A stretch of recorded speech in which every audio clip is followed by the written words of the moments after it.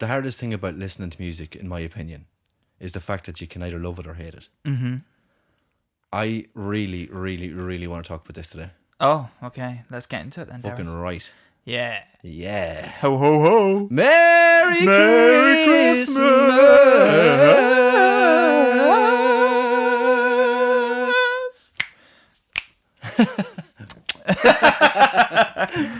Two mugs listening along, reviewing music and song, and other stuff. Slancha. Ho, ho, ho, welcome back to the Unmastered Podcast with me, Santa, and me, Santa Claus. Yeah. The place where we're serious about music. but not serious about ourselves. Ho, ho, ho, wee. That was a good one. How are we, lads? And welcome back to the Unmastered Podcast. Today's episode is going to be very, very, very tailored around music that we love or hate. Mm-hmm. And I can't wait. I'm a rapper. You're a rapper? Yeah, did I hear that? No. Anyway, yeah, we're gonna dive into about 7 or 8 albums now that we've disliked throughout the whole reaction channel, and it's going to be a really entertaining conversation. Some of our controversial episodes. But also a conversation around why it doesn't really matter that we didn't like them. Yeah. And why it also does matter that we didn't like them. Why we don't care about your opinion. Yeah, ours matter, yours don't. Yeah, We're the reactors. Yeah, you're exactly. not. Who are you? Make your own YouTube channel. Yeah, exactly. Now, so the conversations that we're going to have today are very, very based around obviously the reactions that we've done. Whoever's watched our podcast or the reaction episodes, you'll know straight off the bat that there's The Cure, Swans, Modest Mouse. Who else was there? Good question. MGMT, yeah. Also Beach Boys. Yeah. So there's a few albums we're going to have a conversation around. I have it linked up here. I want to just have a start off with, and this is probably my least favourite, and which is that Cure. Yeah. Okay. Absolutely. Yeah. Mm-hmm. So I respect it, and Yeah. I want to emphasise that. And I respect The Cure for who they are and what they've done and what they've done with music. Mm-hmm. But it just didn't grab. The first 3 albums we did, to me, were just so poor. No, you liked Three Imaginary Boys. Oh, actually. sorry. Apologies. I actually, fair enough. Three Imaginary Boys is a good album. It's more of a punk feel to me.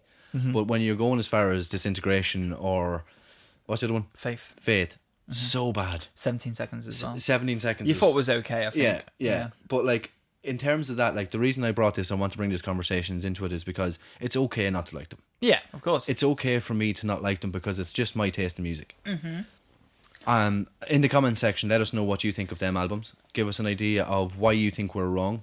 And look, in any case, no one's wrong. Mm-hmm. But let us know why you think they're better than I think they are. Mm-hmm. And I want your opinions on them as well, because I know. Yeah, well, it's funny because we kind of went 2 ways, didn't we? Yeah, because you really liked Three Imaginary Boys. I hated it. I thought it was so bad. I just thought the production really let it down, and the songwriting just wasn't there, and it really felt like a band that was still trying to sort themselves out and get to grips. And also there was the famous LOL moment as well. But yeah, it was shocking. So great quality fucking entertainment though. It was funny. So funny. But then, when we got into the next couple of albums, we kind of went the other way around because I really liked 17 Seconds. And the reason I liked it so much is because a lot of Cure fans pointed out it was wrong.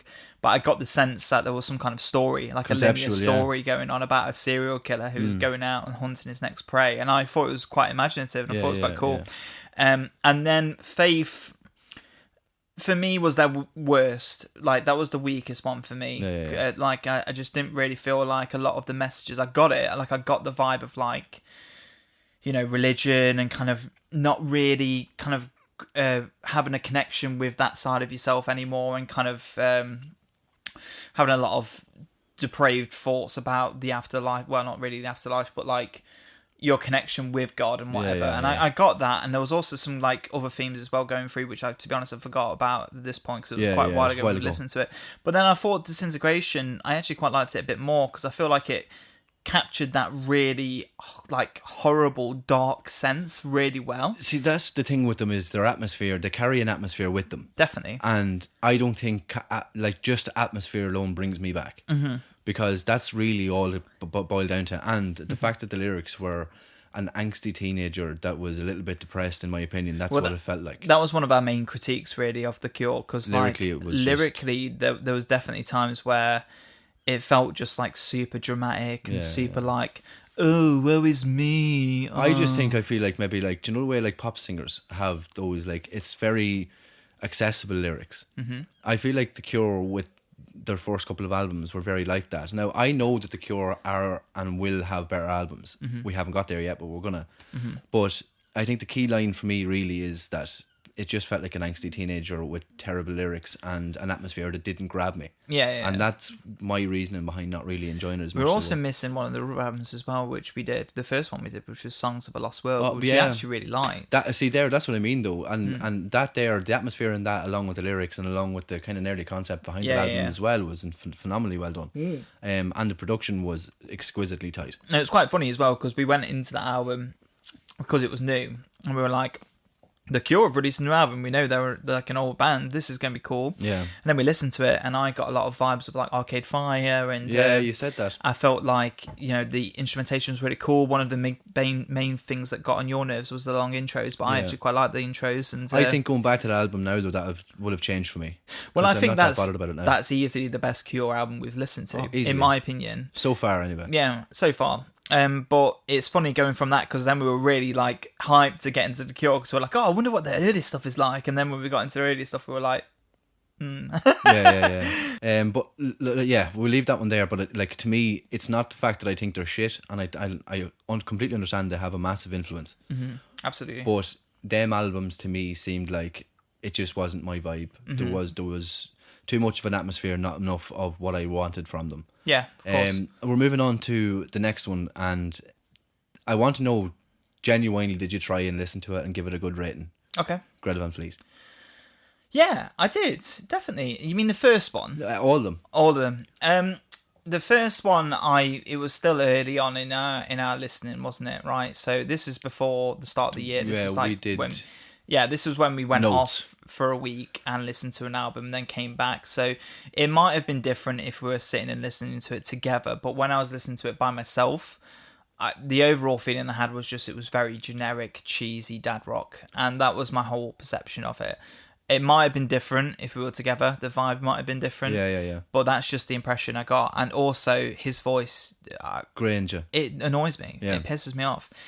I do feel like the second and third albums were improvements. Yeah. The second one, I felt like some of the style of, I think there was like space rock vibes and stuff in that album, which I quite liked.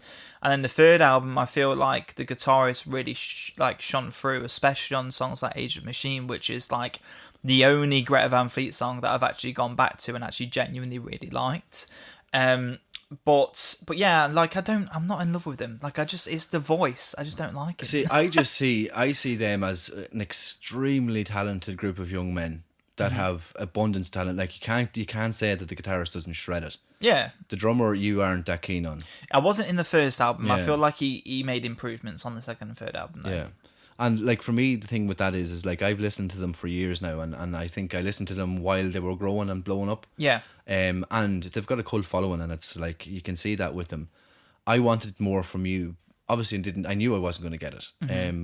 Especially after the first album. Yeah. But all I wanted to know from this question and this conversation was, did you try, or is it something like, is it just too much of a dad rock kind of classic rock vibe from them? Well, what do you mean by try? Because I mean, because I know like the irating you gave it the first time we listened to them, like it seemed unnecessary, but I understand that that's just you as like how you're going to review something. It's just your honest opinion. But was it a bit much? Probably. I mean, I do think I over exaggerated certain things, obviously, to like take the piss and have a laugh with it. But like the actual essence of what I was saying isn't untrue. You know what I mean? Like, I mean, when I said things like, for example, the drummer could have been replaced with a drum machine, I think it's something I said, and you and Eleanor were like, because Eleanor used to be obviously on the show, she's not anymore. But like things like that, I obviously said to get a reaction. But I did also genuinely feel like the drummer in the first album was just doing really generic drum beats and didn't do anything other than that. So I did feel like, even though that's exaggerating, I feel like at that point in their career, they were just like, that was their first album. They were just nearly you can nearly actually bring it into The Cure, because it's the same or even Radiohead. lol moment. Yeah, but Radio, I suppose, like, I don't know, because I haven't listened to Pablo Honey yet, so we're getting to it. Can't but wait. It's a lot of people's favorite album.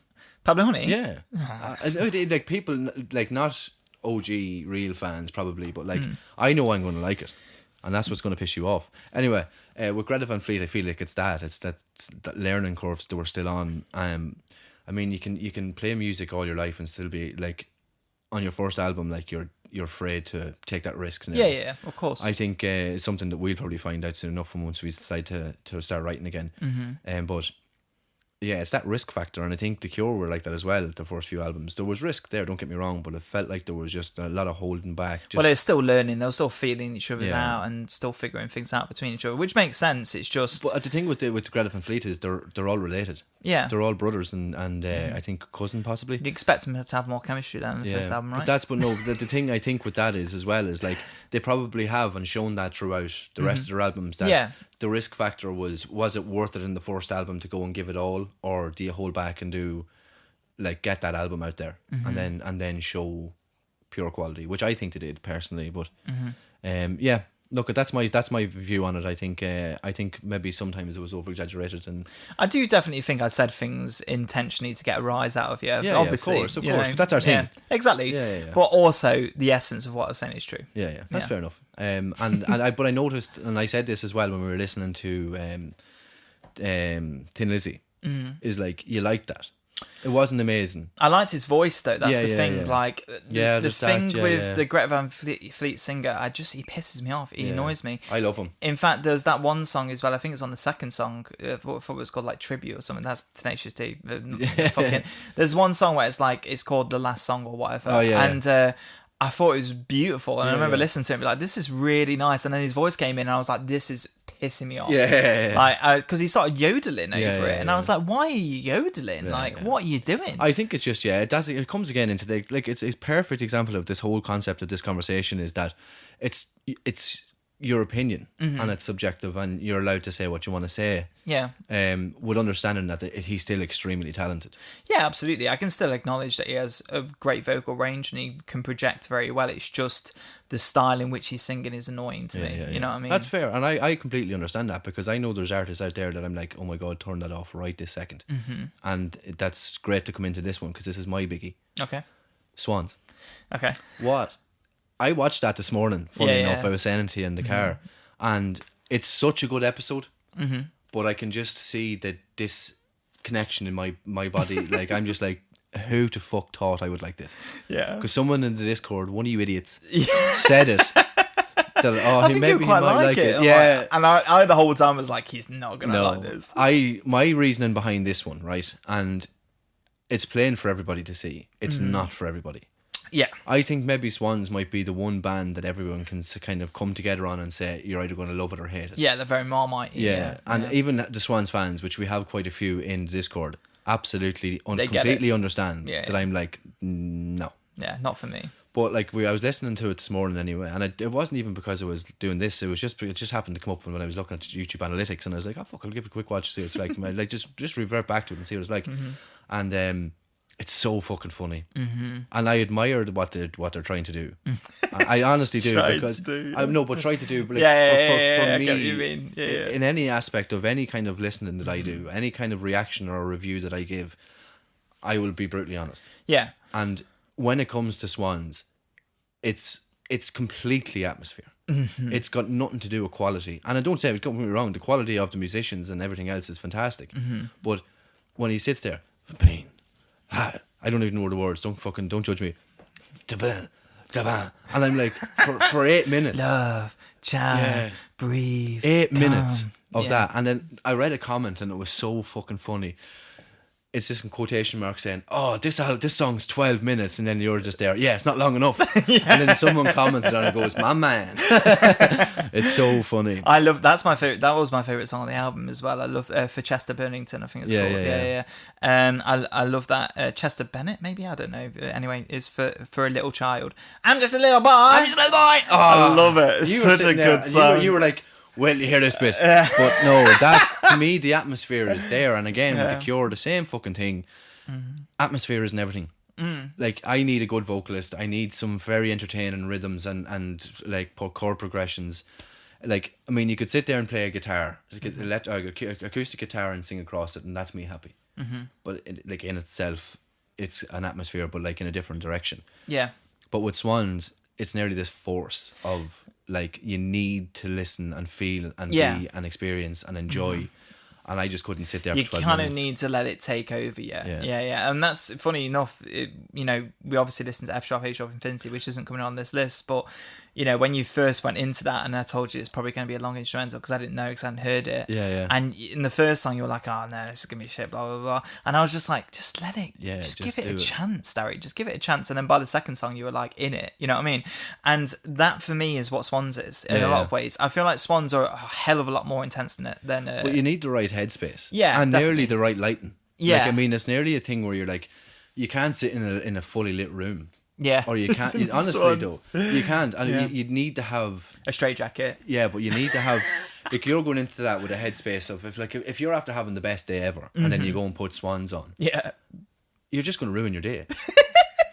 But if you go into that in a bad mood, and then you listen to that album with the lights off. God knows what happened. A little bit of a tangent, but I used to work at this pub. I don't know if I told you this on the episode, but I used to work at this pub called the Greyhound in Derby, and there was two people having an argument, two members of staff having an argument, and they were right above the speakers in the pub, and I put on that Swan song, just a screenshot, and I just wanted to see how it would go, and they just got even more angry at each other. So as it was like, "Kill now, breathe now," they were just like, "I just don't get it. I just don't understand it." It's so funny, but that's it though. Like, I mean, that's Swans in a nutshell. It's like it's mesmerizing for an atmosphere.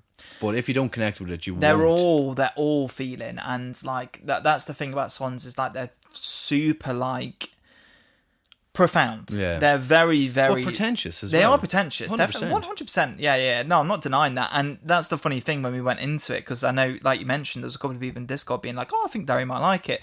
There was never any Silly point. Billies. There was never at any point. Even just going into it, I was like, "There's no chance Dary's going to like this. Dary's going to hate this," I knew it, and I thought it would make for a funny video, and it did. But yeah, I never thought he was going to like it. Do you know that video was only like 4 months ago? Yeah, it was crazy, that, isn't it? Unbelievable. And now we're nearly at 2,500, 2,000 subs more. Yeah, it's mad, crazy. That, isn't it? It's actually crazy. Anyway, I admire you. I just don't enjoy you. What Swans? Yeah, I admire them. I just don't enjoy them. Yeah. I mean, it's creative, but that's about it. Right, this is a controversial one. Okay. And the two of us had our ups and downs with this one. And can you think of which one it is now? Beach Boys. Yeah. Beach Boys was a complete misunderstanding, I suppose. Do you know what? It's so funny, right? Okay, because I've only just remembered this right now. Okay, about Beach Boys, but I saw a clip yesterday, of Geordie Greep from Black Midi talking about Beach Boys. Okay. And he was saying pretty much the same thing that I was saying. He was like saying basically, "Look, it's great that it's like a good album, people love it, but why would I pick that when I've got the Beatles?" Yeah. You know what I mean? And it's like, I was like, "Oh my God, if Geordie Greep gets it, then I get it." You know what I mean? But again, wrapping it into this conversation, it's completely subjective. But also, it's not that good. I like it. It's all right. I enjoyed it. Now, the only reason I brought this up was because it was so controversial. It was, yeah. And we got rioted in the comments, and probably disliked a little bit more than we think we would have. We would have. But that's part of what we are. Yeah. But I get the harmonies and I understand them and I get it emotionally. But the emotion doesn't. It's not as potent as people make out. Yeah. But it's not. What's the word that we always use? Emotive. Yeah. It's not emotive, and it's very actually the complete opposite of that, in my opinion. Where it's like, there's no melancholy, really. Yeah, a lot of the comments were saying that this is a super sad album, it's super melancholic and all this stuff. I just don't get that. Like, I mean, coming from someone who's a big fan of, obviously you haven't got to him yet, but Elliott Smith. Yeah. Someone who's listened to Mount Erie, Yeah. for example. Someone who loves Radiohead, for example. Listening to the Beach Boys and then you saying to me, oh, this is super melancholic. I know, I didn't want to say anything. And then saying, oh, it's super melancholic. I'm like, compared to what? But you know what I mean? That's just bias in my opinion. Yeah, well, it's the fact that they obviously know a little bit more about what all the lyrics are and what they mean, and they've got the context before going into it, right? We didn't, and that's a big part of our show. We don't go into videos knowing the context of the album. We want to try and feel it ourselves and come up with our own interpretation, like we did with GRETA, for example. I thought it was about tsunami, and then later on I found out it wasn't about tsunami. But even The Cure. Yeah, like, again, going 17 back, seconds, yeah, exactly. Going back on that, like, it's the same situation. And I think as well, like, sometimes music just belongs in the past, but like, it's not to say that it's not, because it's not terrible, and I really enjoyed it. And there's songs on that album, like, I mean, there was an Irish shop, using it as the background, for a jolly, upbeat selling alcohol advert. Oh, of course, yeah. And you know what I mean? Like, and they're sort of like, why are you doing that? Because it's actually about people that, like, it's really emotional. Yeah, it's really depressing. Like, you're not going to, like, wouldn't it be nice if we could wake up? But that's fine. That's fine. Yeah, I mean, like, we interpret it obviously the same way as other people do. And I think with where we're from in our culture, and your English, maybe not you, but like, we don't take that so blatantly obvious. Do you know what I mean? Like, because I'd be quite a face value. Yeah, not very serious person. And that's the way it is. But like, sometimes music just doesn't belong in the future, which again, I don't think that album does. I think it sits very well for when it was made in the 60s. Sounds very 60s. It's obviously a classic and it's appreciated, but I don't think that everyone has to love it. Well, as we mentioned in the Overspell and also in the podcast episode, like, you can still respect it. Yeah. You can still look at it and go, I'm so glad that exists, because it's given birth to all of these other great things that all these albums we've got around us now might not exist if it wasn't for... They probably wouldn't actually exist. Definitely not in Rainbows or Romance, right? And they wouldn't exist if it weren't for that album, right? And you can say that with full... I want to say antiquity, but I don't think that's not confidence is the right word. Thank you very much. You're welcome. Full confidence, and you and know it, like, deep down in your gut, and be like, that's absolutely true, right? But it doesn't mean it's still as good as what we have right now. No. You know what I mean? Like, I would never ever pick the Beach Boys over in Rainbows. But I'd never pick the Beach Boys over majority of the music that I listen to. Yeah. I just think that there's so much nostalgia behind it. Yeah. And it just brings on this kind of like, oh, they made what we know as music. And same with the Beatles, like, there's this kind of like pop rock, or whatever you want to call it, rock and roll back in the day. That's what was created through them bands, and you can see that it's so apparent, but it doesn't mean that I have to love it, because I've never listened to a Beatles album. And that's not what influenced me. Yeah. What influenced me was Radiohead. Not growing up, but now, like, what influences me was Blink-182 back in the day, fucking System of a Down, Greta Van Fleet. Yeah. Do you know what I mean? That kind of music, that's what influenced my music opinions now, today. So they don't mean anything to me. And there's people out there that they don't mean anything to anybody, but there's still that conversation where I understand why they mean so much to They're people. classics for a reason, but they don't need to be given an extra 3 points just for the sake of their lineage. Legacy, yeah. You know what I mean? Anyway, that's my opinion. It is. I agree with you, and let us know in the comment section again about any conversations we've had. Just let us know what you think, because I mean, it's all well and good giving our opinions. I still think God Only Knows is like a 9 out of 10, but like, you know what I mean? Great song, brilliant song. Wouldn't It Be Nice? What's that song? Wouldn't It Be Nice? Is that what it's called? It's called Wouldn't It Be Nice, yeah. Great song. Yeah, great song. Absolutely fantastic. Song, and some of the songs on that album I did think were absolutely brilliant. But and then there's Sleep John B, which is tragic. Yeah. Caroline No. And Caroline No, which is fucking bollocks. Yeah. It wasn't about cutting her hair. Yeah. Well, it sounded like it. Give us a break. Fuck's sake. Again, we're moving on to the next one now, album number 5, and another controversial one for me, I think, more so. You went back and listened to this album, and you've said that there's really, we probably criticised it more than it deserved at the time. It's definitely a grower, I think. This is MGMT. MGMT, yeah. Loss of Life, yeah. Loss of Life. Now, this one was weird for me because it just, I don't feel like there was any part of it I really liked. At all. At all. Like, at all. It was so cringy. I just felt like it was... I haven't went back to it. I went back to it a couple of times. I do definitely think Dancing in Babylon is a shite song. I'm sorry. Yeah. It's so bad. I don't remember any of the music It's on it. it's the song that we were like, this is like a Disney track. Yeah, It's so bad. yeah, It's yeah. so bad. But I will say there's about 4 or 5 songs on that album that are actually pretty solid, that are actually pretty strong songs. I just felt like it was so forgettable. Yeah, that's fair. That's fair.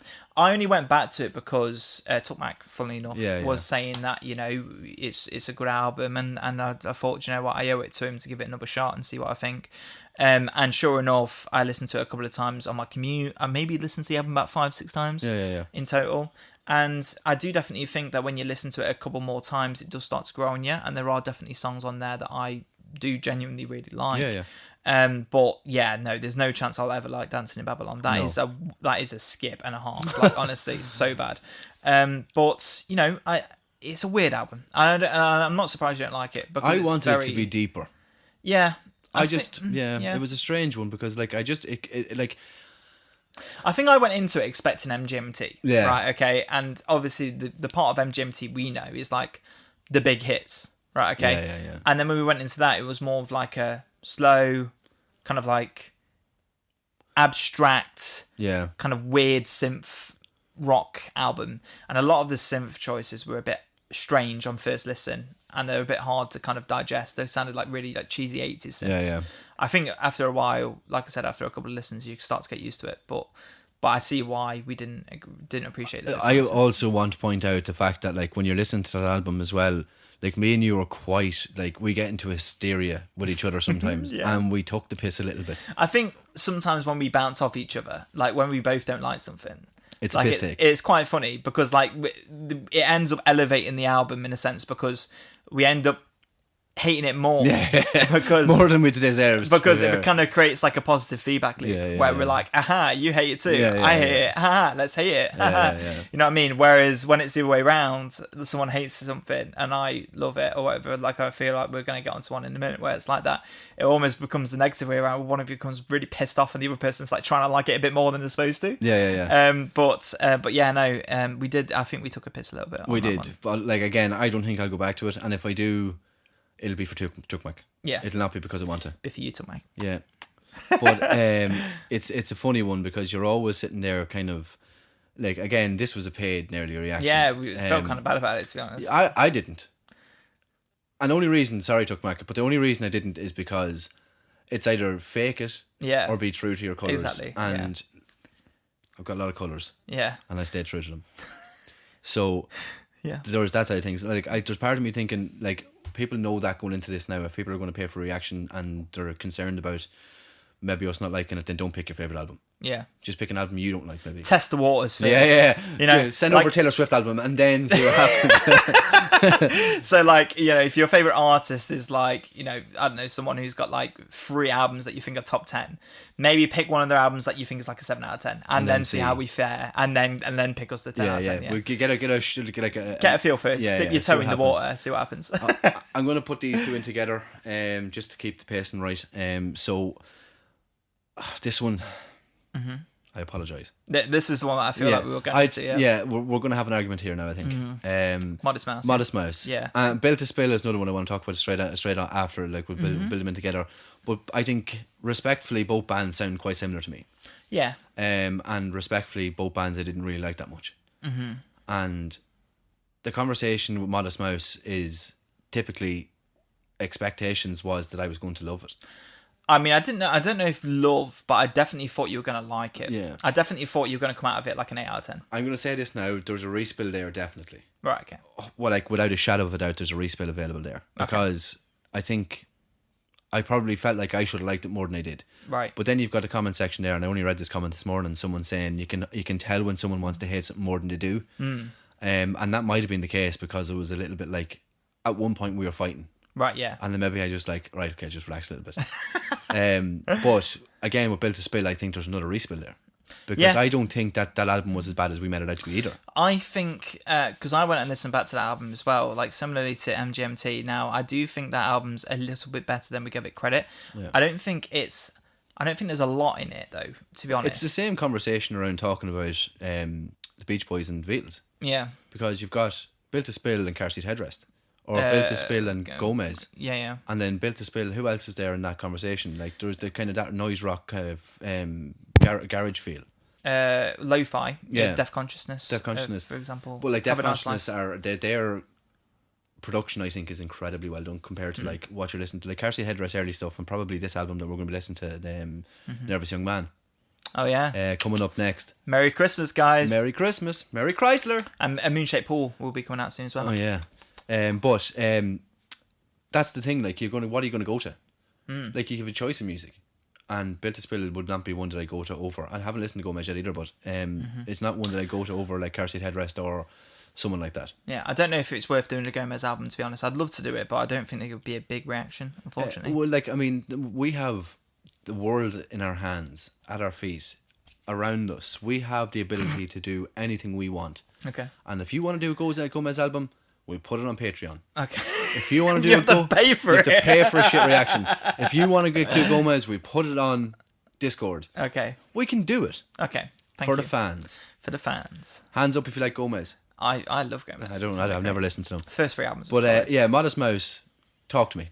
I mean, look, I went into this album. It's probably, if I'm being honest, my most disappointing moment of the year. Okay. I went into it expecting you to like it. Okay. And I think the turning point for me, and I think you can see it on the episode, was on Tiny Cities Made of Ashes. When I came out of it really confident, perfect cup, and then you went, strong cup. And I went, what? Yeah. It was like that exact noise as well. Yeah, it was like that, because I was like stunned. Yeah. And it was like a moment in my head just snapped, and I went, oh shit. No, I'm not having this. No, it wasn't that. It was like, oh no, it's all downhill from here. Yeah. Because I was like, if he doesn't love that song, the rest of the album is just going to go downhill. Yeah. And I was like, fuck. So from that point onwards, I was just like, almost like I had a guard up. So the next song, you were like, strong up again. I was like, you know what I mean? I was oh, fuck. And then by the end of it, like the last like 3 songs, I was just like, I'm done with this. You know what I mean? I'm just so fucking sick of this. That was me and Greta Van Fleet, to be fair. Yeah. And Thin Lizzy, to give you that as well, to be fair. So I did, like, I've had a lot more down moments in this podcast than you have. Yeah, to be fair, Swans. Yeah, but you had Swans. You enjoyed that. And I knew what I was, I knew. You did it on purpose. I knew what I was expecting going into it. With Modest Mouse, it was the exact opposite. I really thought, I was like, it's punky, it's got high energy, a lot of guitars, a lot of effects, quite grungy at times. I was like, he's gonna really, this is his vibe. And then you were just like, I hate his voice. And I was like, fuck. Yeah, with Modest Mouse, it was more so his vocals than anything else that grained me. It was the same thing with Greta Van Fleet. Like, yeah, true. Like, there was lots of good moments throughout the album, but it all boils down to just not enjoying the sound. Yeah. The amount of times where you were just like, the instrumentals are great, just get rid of the singer. And I was like, the lyrics are the best fucking part of this album. I think the thing with me is connection to lyrics and vocals is a massive thing. Like, if I don't connect with the vocalist, I'm not going to connect with the lyrics. Right. Whereas you would connect with the lyrics and just don't care about the vocalist. Yeah, I don't. We're so different. I love that. Yeah. But yeah, I didn't love it in that. Between the two albums, I feel like they were both on the same wavelength for me. It's like I really wanted to enjoy them. Built to Spill, especially, for some reason I just felt like this is like, I think it was one of our first reactions from the Discord. Yeah. And I wanted to be like, this is great, and I just couldn't. Yeah. And that was one of the more upsetting parts of it. Like, because when you're listening to someone's album, I've heard, to be fair, like from when we did that reaction, and we did that one quite a while ago as well. There was a couple of comments on it saying, "Why did you do this one? They've got this album, which are loads better." And I was like, "Oh, fuck's sake!" You know well, we can go back and do them as well. Yeah. I mean, like, I don't think Built to Spill are a massive reaction on YouTube anyway. Unfortunately. So what we can do is we can do stuff like that and put it up onto the Patreon. Yeah. And then you just give it as a free reaction, because then it's not like going onto YouTube where it might flop. Yeah. And there's no reason for it to flop, because it, like, some people will want to watch it and just say, we have a Built to Spill episode on Patreon for free, whoever wants to go and watch it. Yeah. Something like that. Could do like lower popularity albums on like Patreon and stuff like that. Let us know if you want that. Yeah. If you want to pay for it. Yeah. No, it'll be free. I don't know if it can be free, can it? No, it can't. Okay, then it'll cost you €2. So yeah, Built to Spill and Modest Mouse, 2 albums that cohesively made me a little bit raging at it. I wanted to love them more than I did. Yeah. And I wanted you to love Modest Mouse. I really thought it was going to be your thing. Listen, repeat listens matter. Yeah. And I haven't listened to either of them back since. Okay. So I will go back and listen to Modest Mouse during the Christmas, and I'll come back to you with a good reaction on it. Yeah, good. Yeah. One of your favourite bands of all time, I think, for me personally, I loved this reaction. I loved watching it. Okay. And I thought it was the funniest thing ever. Okay. OASIS. I was wondering what you were building up to. I was like, you're talking about Radiohead now? No. And then obviously a complete opposite. Oasis. Yeah. Yeah. This one could, like, if we went into the pub and had a conversation with people, we'd be kicked out. Oh, yeah. Yeah. We'd be hated. Yeah. And, like, I think all the pretentious people that watch us and the people that they completely understand you are like, no, fuck it, like. And I'm just like... I think the thing for me with Oasis, there was a couple of different elements to me which annoyed me in that album. First of all, sonically, it was shit. Like, it was just the same thing over and over again. Just distortion, blares to the wall all the time. Yeah. No stopping. It was just always shh all the way through, and it just annoyed me. Yeah. Second thing as well, lyrically shocking. Like, he is such a shite lyricist. He's so bad. But, like, they admit that. Like, they know they're not great. Yeah, it doesn't matter for me. It doesn't matter. Like... It doesn't matter. Okay, fair enough. Like, I don't care. Yeah. He's bad. And also, something that annoyed me as well is that the last song on the album was actually quite good, which was the Having Married with Children. Oh, yeah. You like that song. I thought that was good. Like, I felt like that was actually quite a good track. Any acoustics you like more than the Yeah. distortion? And it kind of annoyed me a little bit, but that pissed me off more because I was like, why couldn't he have done more songs like that to break up the pace of the album? You know what I mean? Again, the reason I disagree with you here is because those noise to the wall, distorted songs are all like just you live in them as well. And there's that upbeat element to it where you're like just leave your head at the door, say shit. Like a lot of the television programs that I'd watch is all that kind of shit. You leave your head at the door. You don't have to. It doesn't entertain you. Fuck all. You're watching The Big Bang Theory. You don't like The Big Bang Theory. No. I love The Big Bang Theory for that factor, and I love Friends for that reason. Yeah, I hate Friends as well. And I'll sit there and watch them just because they're simple watches. See, that's the thing. I don't watch TV programs to not think about things like that. Started watching Stranger Things. Oh, it's good, isn't it? So far, so good. Yeah, we're on season 2, episode 1 now. You're on season 2 already? Yeah, Fucking hell, I smashed that. Yeah. Jesus, it's good. Anyway, back onto the real thing. Let's be honest. Try not to be too aggressive about it. Oh, Oasis? Yeah. I get the hype. I understand why they're loved, and I understand like their music is cherished by they're like probably most extreme music fans. Mm-hmm. But I also get why people don't like it. I get why people like it. Yeah, it's really generic and boring, and you don't have to think much about it. Like, yeah. But that sells. Unfortunately, for some people, that sells, and that's a good thing, I think. Yeah. It's the same thing with Taylor Swift or Nicki Minaj or Drake or Kanye or whatever. Like some of these Couple albums. of those I'd disagree with you. Yeah, well, no, but you can, and I understand why. But for me, it's generic music. It's the same sound. People are just doing it differently. Yeah. And the same thing with like the likes of Oasis and Blur. Like Blur are good. Mm-hmm. It's the same pop rock. Britpop. They're not the same. They're not the same, but it's the same element of why people like them. Yeah, I get you. Yeah. And there's that reasoning behind it, but I don't love them, and we knew that going into the reaction. I don't love Oasis, and again, the whole topic of the conversation, subjective. Yeah, it is subjective, and we have very, very different music taste. Very different, which is also great. Although you are slowly morphing into me. Not at all. This one, okay. Oh, again, I really want. This could have been a big upset for you as well. Actually, Black Country New Road. Yeah. This was a big upset as well. Actually, so my perspective on this and the side of things of it is that Isaac's voice, killed me. That's all I felt. That's not what he sounded like at all. It's not, but it's like, but that's what he always sounded like. He always sounded like he was so upset, and like people love it. It's emotive. It's fantastic. Definitely. They're great musicians. They've got like an amazing amount of ability, but I just didn't grab the hype. See, unlike with Modest Mouse, when I went into it expecting you to like it, there was a part of me, and I think I remember even saying it in the episode just before we went into it, where I had a feeling his voice might be a challenge for you. Yeah. So I wasn't completely shocked when you turned around and didn't like it as much as you did. I still thought you would have liked it. I just didn't think you were going to be blown away by it, which was a shame. You know what I mean? Especially with their second album, Ants From Up There, which I think is such a Ants From Up There was the album. one that I always fall back to and remember because I wanted to love it because everybody else did. Yeah. But like at the same time, and this is a funny one because this is all pre Forever How Long. Yeah. Because Forever How Long is an exceptional album in my opinion. But then you've got everything that Black Country New Road were. Yeah. With good vocalists and a range of vocalists. Yeah. So and I saw them live. They were very good. Yeah, you prick.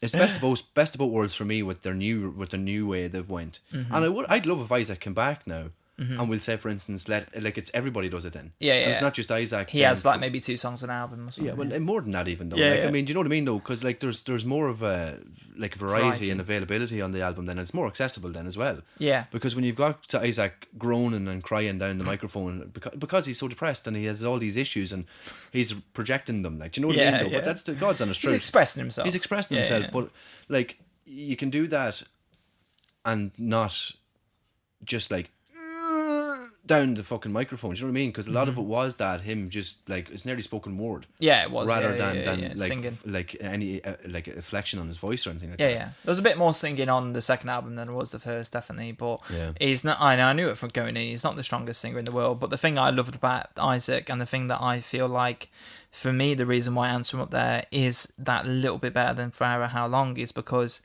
lyrically, I just felt like he was a fantastic lyricist, Yeah. and also I felt like. You always said that like he seemed too dramatic, like and you couldn't buy it. I was the opposite. I bought every word. Yeah. I genuinely felt really compelled by the way he sang, and I felt like every word cut me.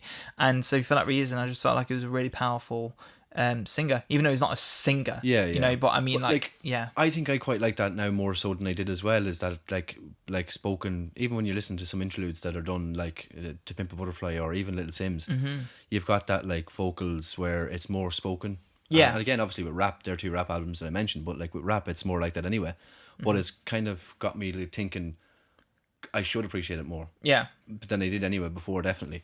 But with Isaac, yeah, it's just that dramatic kind of over-exaggerated kind of Yeah, I get it. perspective on everything that I didn't really enjoy. And then Forever How Long came out and I'm like, fuck, Yeah. this is insane. It's one of my top albums. Yeah. And timing matters. Timing. Yeah, because as soon as he left and then the timing happened when they came in. Yeah, true. Yeah. It was great.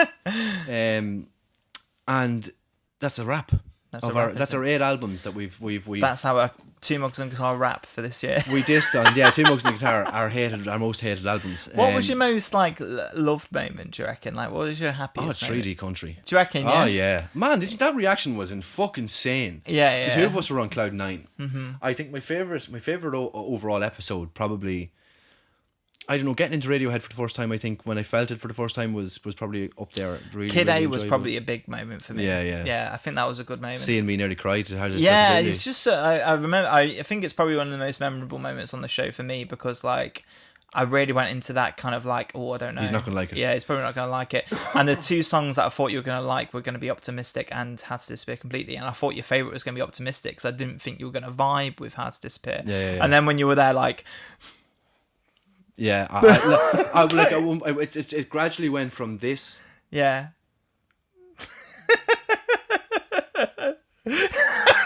And then I was just in despair. At one point, you can literally see your lip like. Yeah. But like I was standing over there after the reaction. We have a sink over there and a kettle and stuff. I kept the recording. I was talking it. Do you have it? Yeah. Well, no, it's in the video. Yeah. Well, I was sitting there in the background and I was just like, it's after. Like I feel so depressed after that. I was so emotional.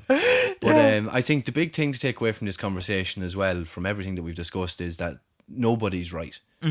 Our opinions are our opinions, and some people agree with them, some people disagree with them, but we're here to have a conversation, and I want everybody that hates and disagrees to comment and tell us why. Because I guarantee you, if someone comments in the comment section, I see it, I'll be like, fair enough.